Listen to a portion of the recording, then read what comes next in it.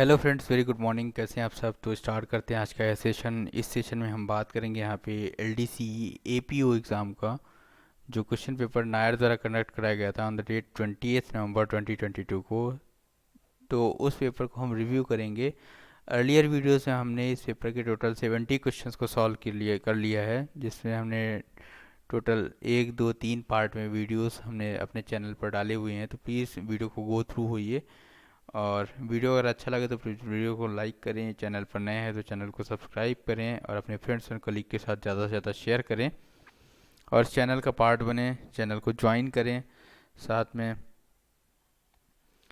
Video में जो है ज्वाइन करने का ऑप्शन इनेबल है, तो वीडियो को ज्वाइन करें।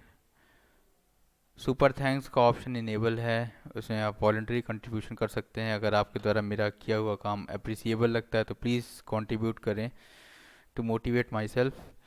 सो स्टार्ट करते हैं क्वेश्चन नंबर 71 से।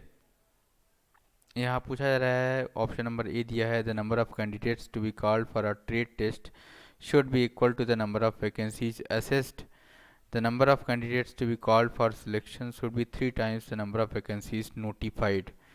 ठीक है, तो 71 का ऑप्शन नंबर ए और ऑप्शन नंबर बी दिया हुआ है। यहाँ पे पूछा जा रहा है कौन सा सही है और कौन सा नहीं है सही। तो number of candidates to be called for a trade test should be equal to the number of vacancies assessed, बिल्कुल सही है। And the number of vacancies जो भी candidates to be called for selection should be 3 times to the number of vacancies notified. So option number A and B both are correct. Okay, next question पे आते हैं। यहाँ पे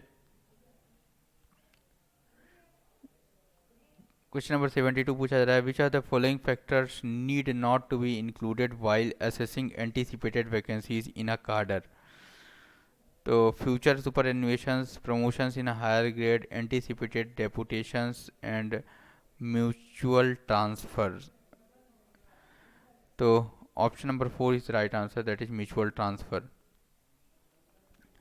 next question पे आते हैं। क्वेश्चन नंबर 73 पूछा जा रहा है, नॉर्मली, ऑप्शन ए दिया है, normally the minimum period of qualifying service required for a promotion within group C is 2 years in the immediate lower grade.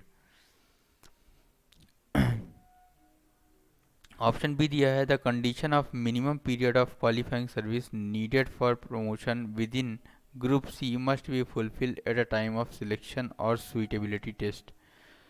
So only option A is the correct. Okay, next question पे आते हैं। Select the correct statement. Psychological aptitude test is mandatory while recruiting all safety categories. Psychological aptitude test is mandatory for recruiting of guards. Psychological aptitude test is mandatory for recruitment of station master. तो yes, psycho test जो है station master के लिए important है। So 90 this 74th question, option number 3 is the correct. Okay, next है question number 75 पे आते हैं। Candidates falling in the category of persons with benchmark disability, that is PWBD, are provided reservation of dash dash in the direct quota, direct recruitment. तो ऐसे candidates जो PWBD की categories में fall होते हैं, तो in case of direct recruitment they have to be provided with a 4% of reservations. ठीक है, so option number 3 is the right answer. Next है क्वेश्चन नंबर 76 पे आते हैं। ऑप्शन नंबर ए दिया है यहाँ पे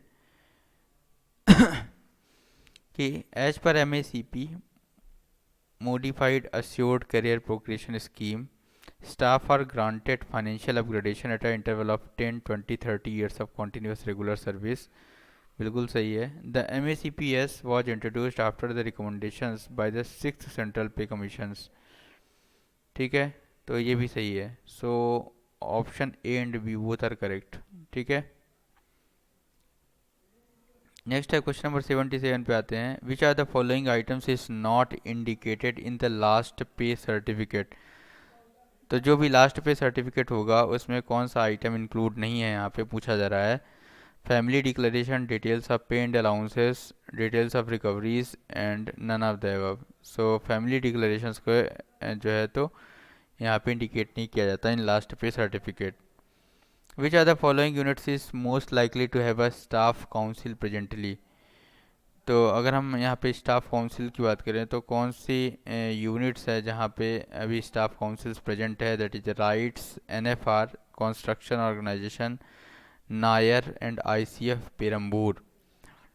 ठीक है, तो basically ICF Perambur that is integral coach factory Chennai जो है वहाँ पे this the most likely to have a staff council. Okay, next question पे आते हैं। क्वेश्चन नंबर 79 की बात करेंगे। यहाँ पे पूछा जा रहा है identifies arrears areas and devise action oriented methods for maximising organizational effectiveness, the use of technology and towards building up the image of railways as a service organization। ठीक है, तो ये पूछा जा रहा है कि each one of the objective of which of the following bodies। ठीक है, तो यहाँ पे एक कोई भी जो भी बॉडी है उसका या ऑर्गेनाइजेशन है उसका एक मोटो होता है। ठीक है, जिसके लिए या उस बॉडी का एक ऑब्जेक्टिव होता है जिसके लिए उसको इस्टेब्लिश किया जाता है। तो इसके बारे में पूछा जा रहा है कि चार बॉडीज़ दी हुई हैं आपको, इनमें कौन सी बॉडीज़ का जो है तो यह एक थीम या मोटो है। ठीक है, इसके बारे में बात की जा रही है यहाँ पे। तो identifies areas and devise action oriented method for maximising organisational effectiveness. Organisational effectiveness को बढ़ाना है, टेक्नोलॉजी का यूज़ करना है और रेलवेज की जो इमेज है उसको अच्छा बिल्ड करना है। ठीक है, एज ए सर्विस ऑर्गेनाइजेशन। तो इसके लिए जो है तो option number 2 is the right answer, that is PREM, participation of railway employees in management का यह मोटो है। ठीक है, या ऑब्जेक्टिव है। नेक्स्ट है क्वेश्चन नंबर 80 पे आते हैं। Setting of a statutory staff canteens comes under the provision of which are the following? Factories act 1948, industries disputes 1947, employees compensation act 1923, staff benefit fund. तो setting of statutory staff canteens जो है इसके बारे में बात की जा रही है, यह किसके अंतर्गत आएगा? तो यहाँ पे बेसिकली इसका आंसर होगा factories act 1948। Okay, who can be given credit for creating the permanent negotiating machineries on Indian railway? काफ़ी इंपॉर्टेंट क्वेश्चन है, इस को तो आप भूल ही नहीं सकते। ये नेम जो है BV गिरी जी का, ठीक है, जो कि भारत के राष्ट्रपति रह चुके हैं। Who can be given a credit for creating the PNM that is permanent negotiating machineries को क्रिएट किया गया by BV Giri. So option number 2 is the right answer. Next question है क्वेश्चन नंबर 82 पे आएंगे। Fill in the blanks, a railway servant whose employment is classified as continuous shall not be employed for more than dash dash 42 hours a week and shall be granted a periodically weekly rest of not less than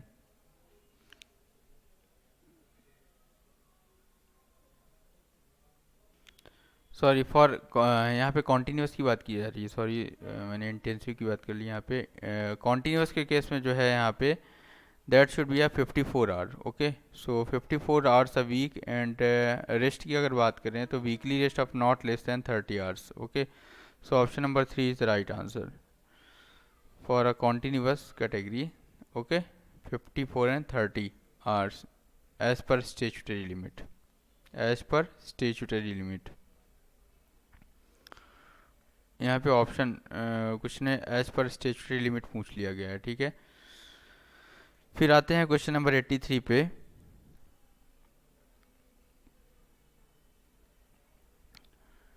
तो option A दिया है section controllers are most classified as intensive category according to their working hours, बिल्कुल सही है। Guards generally follow a continuous duty rosters, बिल्कुल सही है। So option दोनों ऑप्शन करेक्ट हैं, तो option A and B both are correct. Next आते हैं क्वेश्चन नंबर 84 पे।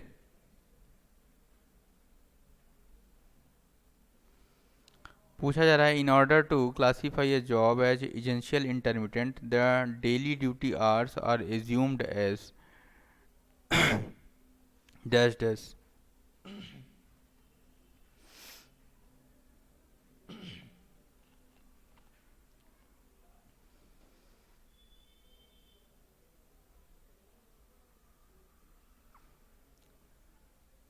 सो in order to classify a job as essentially intermittent, EI category का कोई बंद अगर स्टाफ है तो 12 hours within one period of inaction of not less than 1 hour और two such periods of not less than 30 minutes each. ठीक है, so option number 1 is the right answer. 12 घंटे की ड्यूटी में कम से कम 1 घंटे की निष्क्रियता की एक अवधि या कम से कम 30 मिनट की ऐसी 2 अवधियाँ। ठीक है, 12 घंटे की ड्यूटी होगी उसकी और उसमें जो निष्क्रियता मतलब 1 घंटे का निष्क्रियता वाला काम हो गया एक अवधि में, या कम से कम 30 मिनट की 2 अवधियाँ ऐसी निष्क्रियता की रहेंगी। ठीक है, तो that is EI category of work हो गया। क्वेश्चन नंबर 85 पे आते हैं। पूछा जा रहा है यहाँ पे,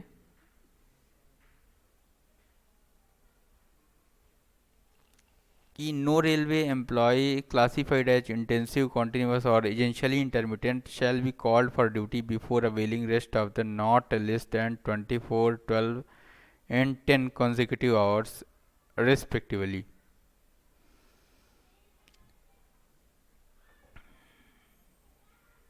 ऑप्शन नंबर बी दिया है, long on measures of a period of duty exceeding 8, 10 and 12 hours in case of intensive continuous and essential intermittent workers respectively. तो इस केस में अगर हम लॉन्ग ऑन की बात करें, that means period of duty, the period of duty over 8 hours in intensive roster, 10 hours in continuous roster and 12 hours in E I roster. ठीक है, सो इस हिसाब से ऑप्शन नंबर बी करेक्ट है। ऑप्शन नंबर ए की बात करें तो मीन्स पीरियड ऑफ रेस्ट की, तो in case of intensive roster less than 12 hours in a roster of 6 hour duty. ठीक है, तो less than 12 hours in a roster of 6 hour duty, less than 14 hours in a mixed roster of 6 and 8 hour duty and less than 10 hours in case of continuous worker. Okay, and less than 8 hours in case of E I worker. ठीक है, तो option number ए जो है तो गलत है यहाँ पे, option number B is right answer, so only B is the correct. Okay, next question पे आते हैं। यहाँ पे जो क्वेश्चन है राजभाषा सेक्शन का स्टार्ट हो गया है। ठीक है, तो पूछा जा रहा है, from which date did section 3 of the official language act 1963 take effect. तो इसको हमने पिछले वीडियोस में डिस्कस करा था कि 26 जनवरी से जो है तो इसको अफेक्ट में लाया गया, तो 26 January 1965 is the right answer, option number 3। ठीक है, तो काफ़ी अच्छा क्वेश्चन है। 26 जनवरी 1965 से जो है तो section 3 of the official language take into effect. Okay, next है ऑप्शन क्वेश्चन नंबर 2 पूछा जा रहा है, which provision of the Rajbhasha act 1963 came into the force on 26 January 1965। तो सेक्शन 3, देखिए बार बार इसी क्वेश्चन को घुमा फिरा के पूछा जा रहा है, section 3 of the act. Next है क्वेश्चन नंबर 3 पूछा रहा है, as per the official language act 1963 what does Hindi means. तो Hindi in a Devanagari script, so option number 3 is the right answer, Hindi in a Devanagari script. Okay, question number 4 की बात करें अगर, तो पूछा जा रहा है यहाँ पे, the staff of a central government office shall ordinary be deem to have acquired a working knowledge of Hindi if 80% of the staff working there have acquired knowledge। so option number 4 is the right answer, that is 80%। Next question पे आते हैं, passing the Pragya examination conducted under the Hindi teaching scheme of the central government makes an employ. तो Pragya examination अगर आपने पास कर लिया तो इसका मतलब यहाँ पे पूछा जा रहा है कि आप इससे इसको क्या कंक्लूड करते हो। तो इसका मतलब है, तो प्रबोध, प्रवीण और Pragya, that means that having a working knowledge of Hindi, you have a working knowledge of Hindi, ठीक है, you have acquired the working knowledge of Hindi, ठीक है। So next question, as per the official language act 1963 region B does not include which are the following. Punjab बिल्कुल सही है, गुजरात बिल्कुल सही है, महाराष्ट्र बिल्कुल सही है, अंडमान एंड निकोबार जो है वह ग्रुप ए में आता है। So option number 2 is the right answer. Next question पे आते हैं, what does rule 3 of the official language act 1963 specifies. जो यह रूल जो अगर बात करें तो rule 3 of the official language act 1963 है, जिसको 26 जनवरी 1965 से इफेक्ट में माना जा रहा है। तो इसके तहत कौन सा क्या चीज़ यह स्पेसिफाई करता है, तो ये काफ़ी अच्छा क्वेश्चन है, ठीक है। तो इसकी बात करें अगर, तो इसका मतलब यह हुआ कि ऑल रेजोल्यूशंस, जितने भी रेजोल्यूशंस हैं, जनरल ऑर्डर्स हैं, रूल्स हैं, नोटिफिकेशंस हैं, एग्रीमेंट्स हैं, एडमिनिस्ट्रेटिव एंड अदर रिपोर्ट्स हैं, प्रेस कम्युनिक हैं या प्रेस कॉन्फ्रेंसेस हैं, that should be published bilingually, ठीक है। So this is a basically rule 3 of 3। Next question पे आते हैं, which are the following is an incentive for use of Hindi in the official working, ठीक है। तो कितना इंसेंटिव दिया जाता है इसके बारे में पूछा जा रहा है यहाँ पे। तो basically cash award of 3000 rupees जो है एज पर इंसेंटिव जो है दिया जाता है for use of Hindi in the official working. Next question पे आते हैं, which of the nodal ministry और department for implementation of official language act 1963। तो ऑफिशियल लैंग्वेज एक्ट 1963 के इम्प्लीमेंटेशन के लिए जो है तो ministry of home affairs is the nodal ministry, ठीक है। नेक्स्ट क्वेश्चन पे आते हैं, question number 10, an employ shall be deemed to have acquired a working knowledge of Hindi if he passed matriculation or an equivalent or higher examination with Hindi as one of his subject if he declares to have acquired such working knowledge of Hindi, ठीक है। तो इसमें option A correct है, option B correct है, या option A and B correct है, option A and B are incorrect, तो option A and B both are correct, ठीक है। नेक्स्ट क्वेश्चन पे आते हैं, who presides over the meeting of the central Hindi committee. तो सेंट्रल हिंदी कमेटी जो है उसको प्रिसाइड्स कौन करता है, ये भी काफ़ी रिपीटेटिव क्वेश्चन है। तो इसको हमारे प्रिसाइड्स करते हैं प्राइम मिनिस्टर साहब, ठीक है। So prime minister Shri Narendra Modi ji will presides central Hindi committee. Next है, which award is given for writing original books on technical and science subjects in Rajbhasha. तो बेसिकली अगर बात करें तो राजभाषा गौरव पुरस्कार, राष्ट्रभाषा गौरव पुरस्कार, राजभाषा ज्ञान पुरस्कार, राजभाषा शिरोमणि पुरस्कार। तो इसके बारे में हम बात कर चुके हैं कि जो राजभाषा गौरव पुरस्कार होता है, option number 1 is given for writing original books on technical and science subjects in Rajbhasha, ठीक है। नेक्स्ट क्वेश्चन पे आते हैं, question number 13, as per the official language rules 1976 region A means Bihar, Haryana, Himachal Pradesh, Madhya Pradesh, Chhattisgarh, Jharkhand, Uttarakhand, Rajasthan, Uttar Pradesh and union territory of Delhi and Andaman Nicobar islands. Region B that means Gujarat, Maharashtra, Punjab, union territory Chandigarh, Daman and Diu, Dadra and Nagar Haveli, बिल्कुल सही है। So both A and B are correct, option number 3 is the right answer, ठीक है। Next question पे आते हैं, पूछा जा रहा है, as per rule 12 of the official language rule 1976 who is responsible for implementation of official language policy in an office. Rajbhasha Adhikari, head of the office, departmental head and none of the above. तो इस case में जो भी हमारा head of the office होता है वह responsible होता है कि उसके यहाँ पे ऑफिशियल लैंग्वेज का इम्प्लीमेंटेशन हो रहा है कि नहीं हो रहा है। So thanks for watching this video, have a nice day. अगले जो भी क्वेश्चंस हैं उनको हम नेक्स्ट वीडियोस में डिस्कस करेंगे। तब तक के लिए friends, have a nice day, goodbye, thank you very much for watching the video and taking interest in my channel.